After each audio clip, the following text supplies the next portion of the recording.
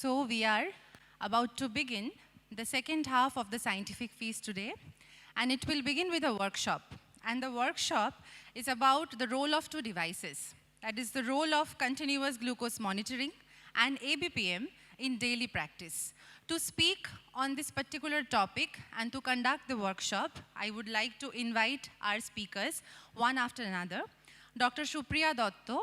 She is a diabetologist, a TYSA Diabetology 2015 winner, and RSSDI Award for Best Innovation in Diabetes Care. She is a teacher and facilitator of diabetes-specific courses and member of several distinguished organizations. I welcome you, ma'am. She will be speaking on the role of continuous glucose monitoring. I would also like to welcome Dr. Rajat Kaur, who is an interventional cardiologist at Narayana Super Speciality Hospital. I welcome you, sir. He will be speaking on ABPM in daily practice. And to chair this particular session, we have with us Dr. Pandey and Dr. Parui.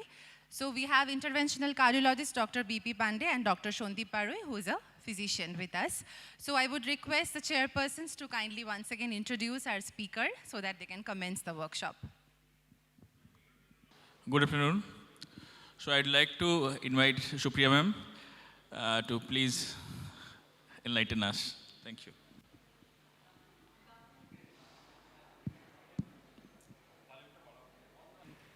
Hello. Hello. Yeah, sorry. Good afternoon once again, all of you.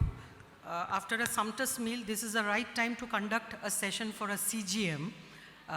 Because you have already heard in the morning session from none other than our renowned Dr. Kaushik Pandit regarding glucose monitoring, and it was all very well explained how we have moved in management of diabetes. Just there is a paradigm shift in the management. Also technologies have evolved, and right from just telling about only the fasting sugar or the PP sugar, we had the HbA1c, so on and so forth. And the latest in the addition is the continuous glucose monitoring, because diabetes is a dynamic process, and throughout the lifespan of a patient, it depends, the glucose varies depending upon several factors. So I'll be very brief because you have already gone through those initial ones. I'll just go on with the slides. So how we have moved from HbA1c to time in range, you know this term because twice it has been dealt with, once during the session of HbA1c versus TIR, and also Anirbanda when he showed his own CGM data during the altitude this session. And how I'll mainly harp, this is a workshop, so I'll mainly harp on what is done, because majority of our healthcare professionals, the diabetes educator, the doctors, the physicians, even diabetologists during their busy practice, they are not very well aware of what is happening and they know about the theoretical, but hands-on, many of us are not very confident about applying a CGM, how to convince a patient. And it's not that all patients will require CGM. Definitely we are a country of billions, so those patients, those indicated should definitely get the advantage of this beautiful technology which is evolving in the diabetes management, and what are the considerations. So you know this is nothing, I'll skip through the slides. Glucose monitoring, why it is necessary, because it's not dynamic, and how HbA1c and this time in range varies. It has been dealt with very well, but you see HbA1c, it's actually a static indicator, biomarker. It's very good in the epidemiological studies and the RCTs, and at least we get a gross idea of what is happening. So it gives a measure, you all know, but there is no information about the very important aspect of glycemic variability, because throughout the day patients' activities, eating patterns, the positioning of the OHAs or even insulin cannot be actually assessed without going for a proper monitoring. So obviously the patient may go into dangerous nocturnal hypoglycemia. The patient is going on increasing the dose of insulin because the morning glucose is high, but they are not aware of what is happening at 3 a.m. when there may be a dramatic fall in glucose and leading to drastic consequences. So as rightly showed previously, it's actually gives an average picture. It is not reliable, and you know the conditions which increases or which decreases, as my previous speaker showed. So, and it also correlates with a mean glucose. It's not the exact glucose. So one monitoring thing which we recommend to all our patients is the glucometer self-monitoring. That we do it, and that is also done by, not done by the patient. And this is also there are drawbacks of this. It's a finger prick, and pricking several times of the day, it actually distresses the patient more, but it is required. And there may be therapeutic indecisions, and it also depends upon the patient's choice whether to do or not. You recommend, they don't do, and moreover, SMBG, even if the patients do, they do it in a haphazard fashion. It should be in a structured manner. That is not always followed. There comes this time in range, and it has been there, and particularly after the COVID, when we had the online consultations, that was the time when it bloomed, because that was the time when we could take our decisions depending upon the glucose pattern, and this CGM helped a lot. So this is already explained for type 1 and type 2 diabetes patient. We have this time in range where 70% of the day it should be within an average of 70 to 180. And anything above that is time above 180, that is level 1 time above range, that should be less than 25% throughout this 14-day monitoring, and anything above 250 should be less than 5%. Similarly, time below range, 4% level 1 below 70 milligrams, and 1% below severe hypoglycemia, that is ADA level 2 below 54. And these are, you should know this graphics as well, because it's not only type 1 and type 2 diabetes, also pregnancy has other values for this time in range, and for elderly patients also it is different. So one who starts doing it should know this difference. So this is it's a huge topic, so I'm just skipping these slides. And ADA, the August bodies, recommend the use of a standardized report with TIR, and it can support personalization of therapy. How I use, not only to know the glucose values, it's actually good to tell the patient about the pattern of diet they can take, the carb counting, the time of the diet. In a busy, they skip this meal, they skip that meal. We as physicians, we prescribe the medications. And when they land up with hypoglycemia, or they eat a lot in the evening as snacking, and we are giving medications in the morning and at night, and there is an evening spike. So to identify that, it is a very essential and a very beautiful tool. So this is actually a device which measures the interstitial blood glucose within a 14-day period, and this 14-day was also decided about, by several studies previously. Why 14 days? So in 14 days, their patient takes various other categories of diet, and the fluctuations of blood glucose on an average of 14 days, you can get a holistic picture of the time in range. So it is recommended that from the ADA, a 14-day report with a data of at least 70% of that time to generate. You just scan for 1 or 2 and you won't get a full 14-day average report. So as we all know, as was discussed in the previous session also, technology, there are several glitches, but we all, necessity is the mother of invention, as we say, and we all require something which will help the patient make their lives easier, because hypoglycemia or hyperglycemia, extreme ends, it results in distress to the patient as well, and it implicates in the final outcomes. So TIR and A1C are directly related. It's not just an absurd figure. You see, based on the type 1 and type 2 diabetes studies, every 10% increase in the time in range. Suppose a patient has a time in range of less than 50%, so the control is bad. We want, it's not that bad, but it's bad, and we want that this time in range to rise. So any 10% increase in the time in range will actually reflect in a 0.8% decrease in the A1C. This is got from the data from the type 1 and type 2 diabetes. So time in range is a valid metric for both acute and long-term glycemic control. It's not only just we are seeing the inter-day and the intra-day variation. Over a 14-day period, it can correlate with the A1C as well. So time in range and this difference, you know, A1C testing, it evaluates, it's like a camera picture, as my teachers told, it's a camera picture, and this is a videography, a CGM. So that is the gross difference you can see. A point in time, a patient comes to visit to you, just it will reflect the last few weeks data. If the patient had taken rubbish 2 months back also, it will not be properly reflected in the A1C. This is a gross record that whether it is very bad, it is optimum and controlled. It's not going to give you a full-fledged picture. So this is your goal setting. We always know for any project, we have a SMART goal title. So goal is definite. We know what we have to achieve. And it is measurable, this CGM device, how it has percolated into our diabetes management, and this is achievable, and it is achievable within a short period of time. So this is the picture of AGP, or ambulatory glucose profile. AGP means the patient is ambulatory throughout the day.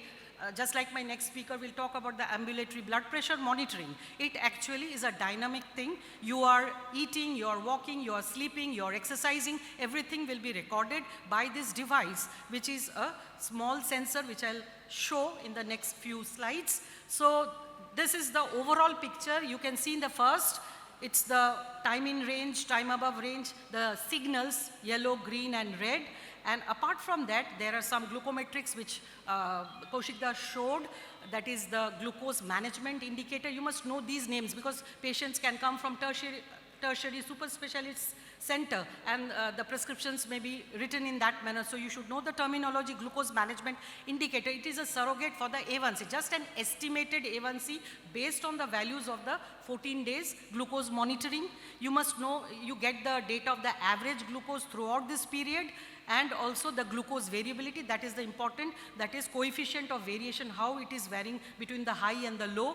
So the normal is below 36%. In this demo, you see it's 49.5, and you can see the ups and the downs in the graph in the next. And last is the daily. This is the whole profile graph, and the third picture shows the daily glucose profiles. You can find every day at from 12 a.m. till 12 a.m., 24 hours, how the glucose is fluctuating. The yellow ones are the peaks, which shows time above range, and the red ones are the lows, that is below time below range. One thing I would again highlight, this is measurement of interstitial blood glucose. The range is kept between 70 to 180.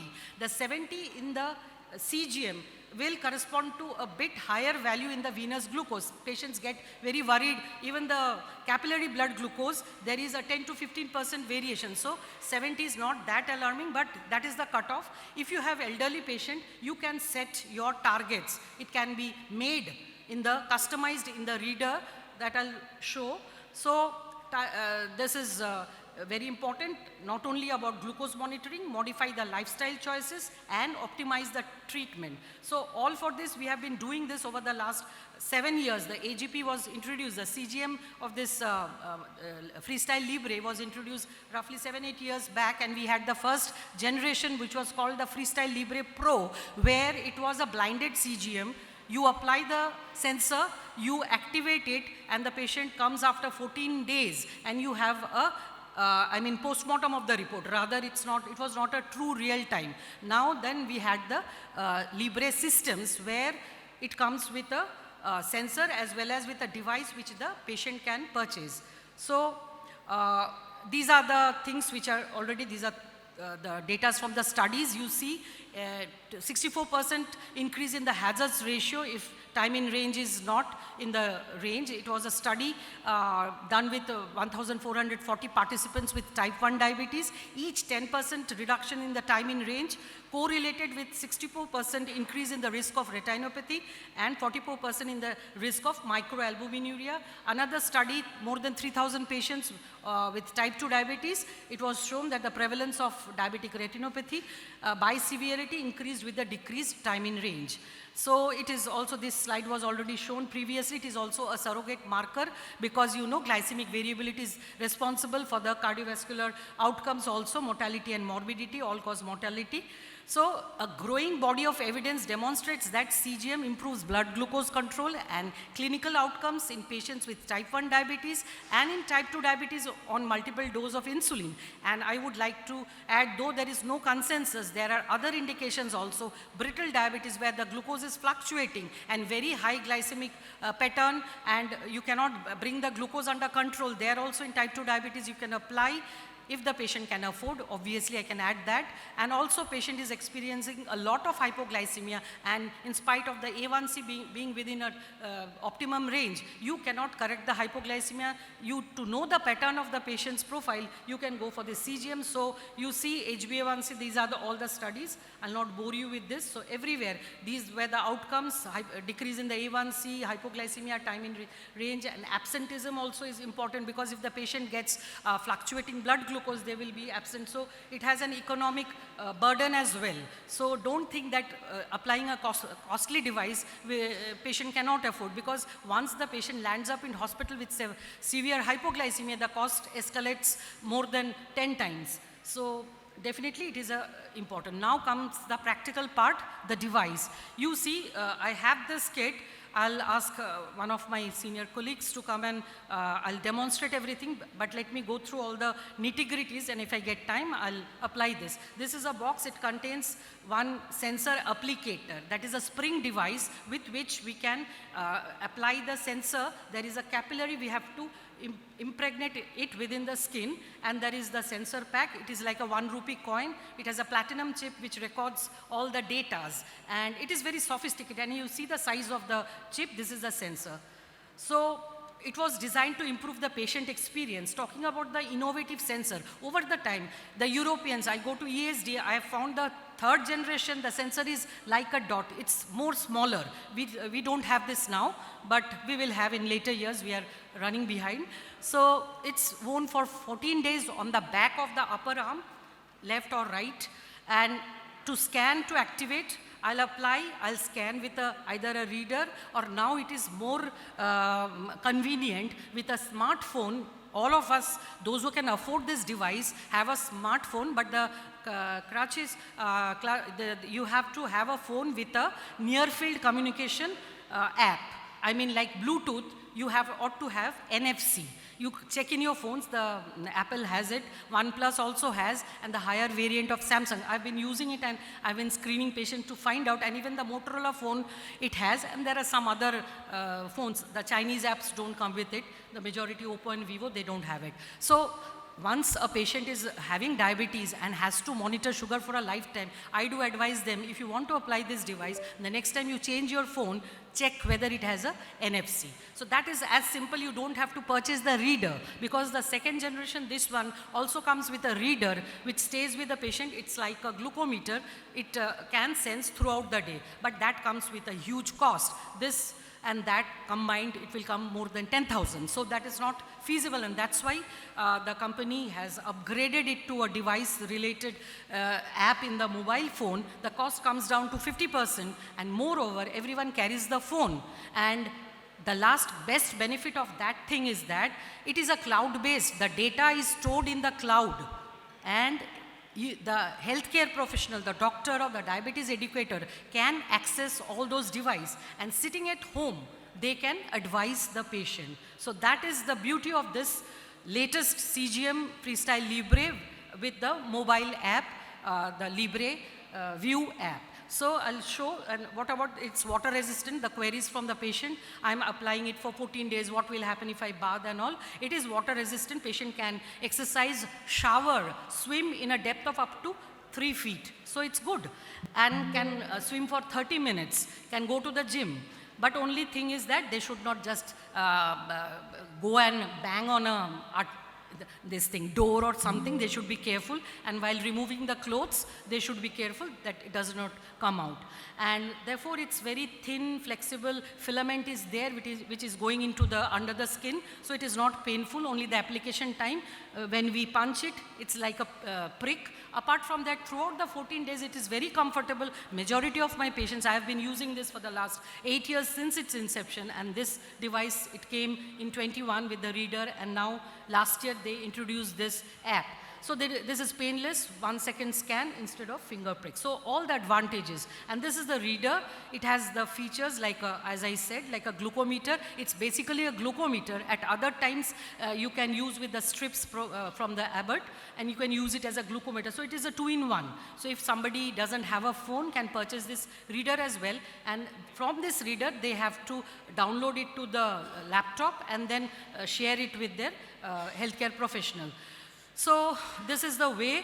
I'll show a video if I have time, how the patient, this is attached there, and you can scan it, just bring it near the device, and automatically it will take the readings, and you can see the graph and so many features. So now this, what I was talking about, the app, app in the mobile, it is an integrated, it is a full circuit integrated Libre platform of digital health solutions for more personalized diabetes care. Here we have this sensor applied to the patient. They have to download the Freestyle Libre link from the Play Store or the Apple Store, and they have to connect. In the app, everything is written, we explain to the patient, and in the app, there is an option for connection to the healthcare professional, and the healthcare professional has his own account, that is the Libre View. So directly the patient can send the data. I apply today, and I say within the next 48 hours, I'll try to check and see how it is behaving. Either you get back or I'll get back. So I have more time because the next talk will be a bit less because it's more elaborative. Let me finish it. So this is a cloud-based system, and the other beauty is it can be linked up to the caregiver. That is, if a mother or father is applied this device, the son who is staying abroad also can view the data. So this is such a beautiful, who can afford it or who have several issues with management of diabetes, this is the device for them. So we always like to ignore and say it's costly, but it's not that costly when looked at in the long run. And I'm not going to apply to each and every patient, those who require, those who can afford, and those who have the health literacy or can understand and willing to do. So this is the components you can see for the patient, for the caregiver, for the healthcare provider or physicians or diabetes educator like us. Patients can monitor their glucose only with a smartphone and a sensor, no need to carry a separate reader, easy apps, and cloud-based consultation. We can adjust the insulin dosage, we can adjust the OHs, everything, and the diet we can ask. And there are, in the graphs, there are options for carbohydrate adding, what type of food you are eating in the device. The patient's app, he or she can write 2 apples, 1 idli, 1 sweet, and we can correlate with the surge in the glucose. So many more things are there in the device. It takes a whole lot of a session for completing like this, and something very new. So it is very correlating. I would just skip through this, uploads, the Link Up app, same thing. So it's a whole new view. So this is our Libre View account, a doctor, because we are the ones who are going to guide the patients or the diabetes educator. So the app which we make an account, there we can invite our patients with their with their this email ID and their name, and then it will be connected to us. There are options for that, and this is the patient dashboard. I can, sitting while going out from my clinic, I can have a look of which of my patients are on CGM, what is their data today. So this is very beautiful. In one view we can find the data, and we have the profile section and the glucose history, which we click, and then we see the glucose report. So this is all in the app. The colleague whom I'll apply can go through it, or anybody interested can go through my app. I also have it. So this is how you can explain, and this is the customized view. The first page is the AGP report, which I showed in the beginning. You get a holistic picture of what is happening. You get a rough idea of the A1C, you get an idea of the TIR, the TBR, and the TAR, and their best part, you can customize. The patient has been using 2 or 3 times in a year. What was there in the previous time, how it has improved. So follow up, you can do it, and moreover, you can download. There is a PDF download thing. You can download the 14 days data if you want, and store in your computer, both for the patient and both for others. So the whole lot of thing is there. Better somebody sees it. So there are several things you can change. The 70 to 180 you can change. For an elderly patient, you can make it 90 to 200 also, or for a younger patient, more stringent, you can make it 70 to 160. So the graphs will be reported in that manner. So customized reports, you can adjust the threshold and others. So sensor reports, this is what is seen. You have the AGP, you have the monthly summary, you have the daily log, and you have the snapshot. When are the episodes of hypoglycemia? How many episodes of hypoglycemia was there? So it's very beautiful, and you can have a weekly summary and adjust what food the patient took, so on and so forth. So daily, you can see how many below range and how many red. The red ones are the hypos and the yellow ones are the hypers, and other total thing is there. So this is the remote setting up. I already explained. Now I'll give a few examples. This is my Supriya. Yeah, sir. This is my dashboard. Sir, I was asked to do more than the ABPM because I'll have to show this. This is the dashboard. I'll just give 2 cases very briefly. This is a case where there is reduction in the post. This patient had ischemic optic neuropathy where she was put on steroid, and suddenly this is the graph. You see the post-lunch and the evening surge was there, severe post-lunch and evening surge, and she was doing quite well. And suddenly this happens and she gets very distressed. She is put on the CGM, and you see in the initial, the time in range, I mean, you see only 30% target, and above 60% is the time above range, with hypoglycemia very few, and average was 222, and these were her graphs, the yellows more. And after adjusting her diet, exercise, and insulin, how postprandial surge, we could get to this picture. You see the difference, drastic difference between the previous. Her time in range within a span of 2-3 weeks came down to 84%, and with less hyperglycemia, this 14% and 2%. So this is the beauty of the case. So we were able to customize. So this is one patient. He was getting oral pills, but ultimately he had hyperglycemia which was beyond control. In shortage of time, I'm showing the graphs. This was a CGM, above 300, 400. So ultimately, we went for the other parameters, and we found out to be a case of LADA. We did the antibodies also, and then we adjusted, we put the patient on insulin. And later on, this is C, such high surge, and later on, it was time in range was only 3%. You can imagine what a drastic thing it was. And later on, after applying CGM, the second graph improved a bit, and later on, it improved a lot after adjustment of insulin use. So definitely, this is what I had to say. Just one thing I want to show, if you give time, Chairperson, because I think you have to conclude. Just 2 minutes for the... You have already exceeded 5 minutes, ma'am, and we are running well behind the schedule. We can show in some other So whether I slot. do this to a patient or not? No, because it was a workshop. It's not possible. Okay, sir, as you wish. Yeah. I have no other issues for that. Hopefully, I've made them understand what is what. Yeah. So thank you. Thank you, Dr. Supriya, and I'll invite Dr. Rajat Kar. Rajat, you slightly curtail your talk. This is on ABPM. Yeah.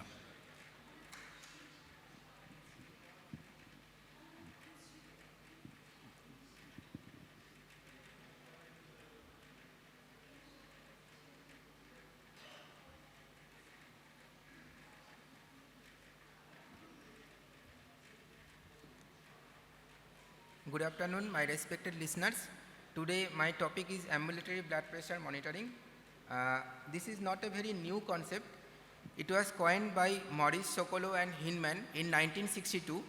and with the help of a semi-automatic ABPM device, they first pointed out that ABPM correlates more precisely and with hypertension mediated organ damage than clinical readings. And their paper was published in American Heart Journal in 1965. So this is a device that is a portable, lightweight, battery-driven device which is connected with a self-inflatable cuff, and it can be used with various daily activities. The higher grade devices even allow swimming with the device in situ. And there are various models and companies are available for the device. The exact indications for ABPM is to diagnose the hypertension, and in untreated patient it can detect the white coat hypertension and masked hypertension, and those who are already on medications it can detect the true resistant hypertension, assessing overall BP control and white coat effect, and also masked hypertension, daytime hypertension, nocturnal hypertension, dipping pattern and postprandial hypotension. Now there are some definitions which we encounter regarding the use of ABPM, that is white coat hypertension, that is office BP reading is more than out of office BP reading, that is more than 140/90, and it is reversed during the masked hypertension, that is office BP reading is less than 140/90, but out of office BP reading is obviously more than 140/90. And resistant hypertension, hypertension defined as resistant when the treatment strategy including appropriate lifestyle measures and treatment with maximum or maximally tolerated dose of diuretic, usually thiazide or thiazide-like diuretics, a RAS blocker and a calcium channel blocker, fail to lower the office systolic BP or diastolic BP values less than 140/90 respectively. And regarding the ABPM reading, we usually encounter the morning BP surge, that is increase of BP over the transition from being asleep to awake is called morning BP surge. There are several types of morning BP surge, that is sleep trough MBPS, pre-awakening MBPS and raising MBPS. An abnormal dipping pattern, usually there is decline of 10 to 20% in nocturnal BP relative to the daytime BP and is considered as normal, referred to as nocturnal BP dipping. An abnormal dipping pattern can be of three types, that is non-dippers, that is less than 10% dipping, reverse dippers, more nocturnal BP than daytime BP, and extreme dippers, that is more than 20% nocturnal BP dipping. Usually extreme dippers are of very old age with a autonomic disturbance, and reverse dippers are usually associated with hemorrhagic stroke very frequently.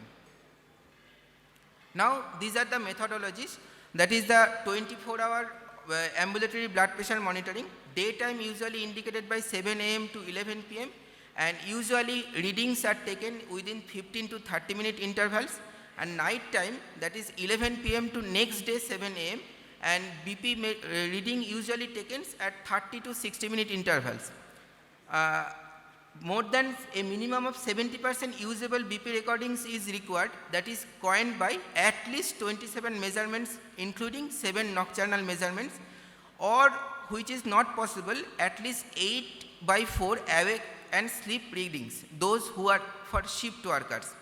Raw BP values to be obtained every time because it can be outliers, it can raise the average BP values, and diary of activity and medication should also be there because this is probably the most important clue to diagnose the resistant hypertension. And these are the cutoffs values regarding the office BP and daytime ABPM and nighttime ABPM values. And these are some typical graph, that is all BP values are above baseline during daytime and nocturnal BP values are within limit, that is a classical hypertension. This is all BP values are within normal limit, but the patient visited a doctor during that time, that in between 10 to 11 AM. So it is a classic white coat hypertension, and lower on, that is a white coat effect, that is the patient is on antihypertensive medication with a white coat effect.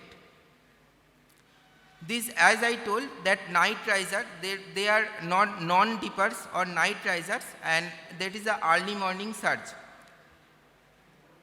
So what about the guideline? Now ESC 2024 guideline says that out of office BP measurement is recommended for diagnostic purpose, particularly because it can detect both white coat hypertension and masked hypertension.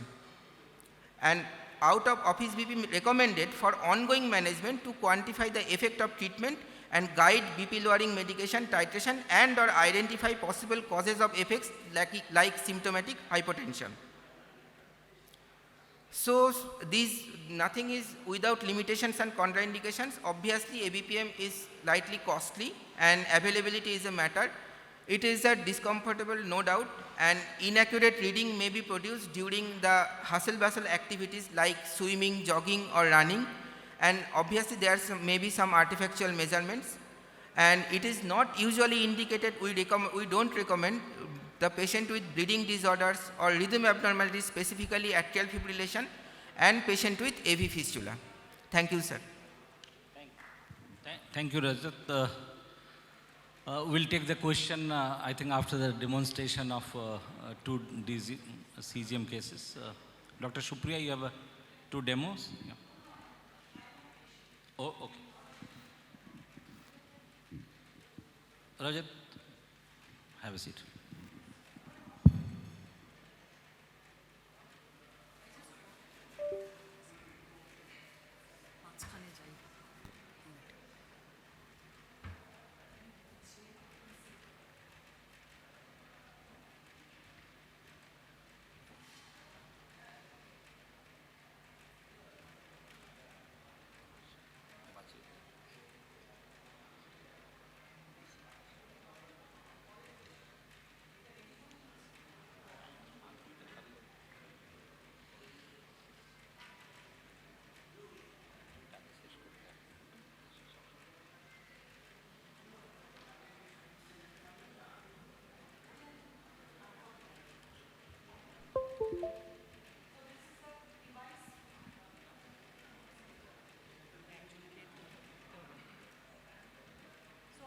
These two are the things. This is the device and this is the applicator. So, don't mind. So,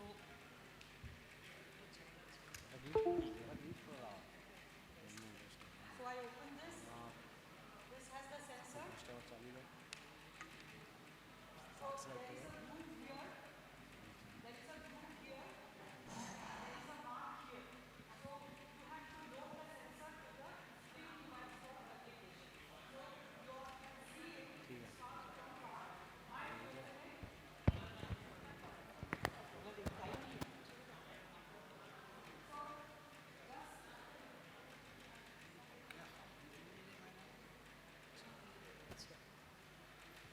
Chairperson is angry.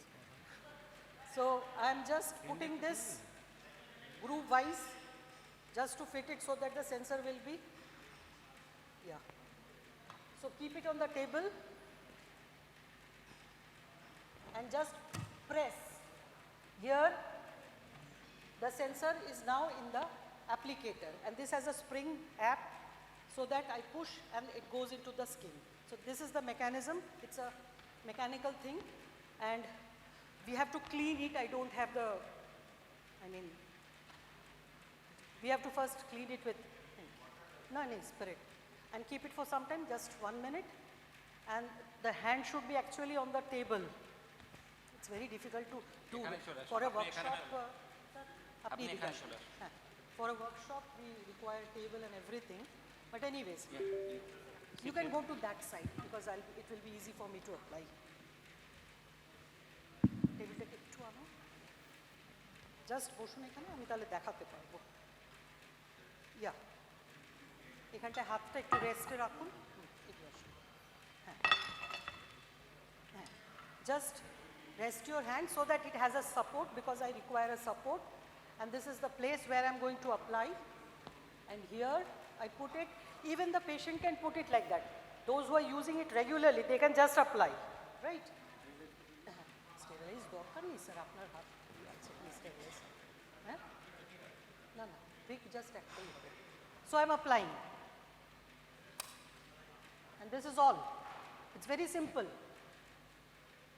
And it's there. Now, কিছুই বুঝবেন না, And to secure Indian patients, we have sweating and all. I put another micropore. So this is all done. Where is your phone? Where I asked to create an account, open that. Scanner sensor. Where is the thing? কোথায় আছে? হ্যাঁ. So it's already ready. The app has been downloaded. It has been done by the personnel. Everything has been done and sensor is ready now. You can scan and scan with the camera. So just bring it near. It has a near field device. So I'll do it there. It will take time so that the next session starts. So you do it and it will show this sensor is ready within 1 hour. After 1 hour, it will start showing continuous monitor. You have to just bring the mobile and you'll get the readings. So I'll do it there because for the lack of time, I should not hold the session. Thank you. Okay, thank you. চলুন, ওখানে চলুন, চলুন। So I close the session here. You can take the next one. Thank you. Thank you, chairpersons. I would like to request you to kindly stay back for felicitation of Dr. Rajat Kaur.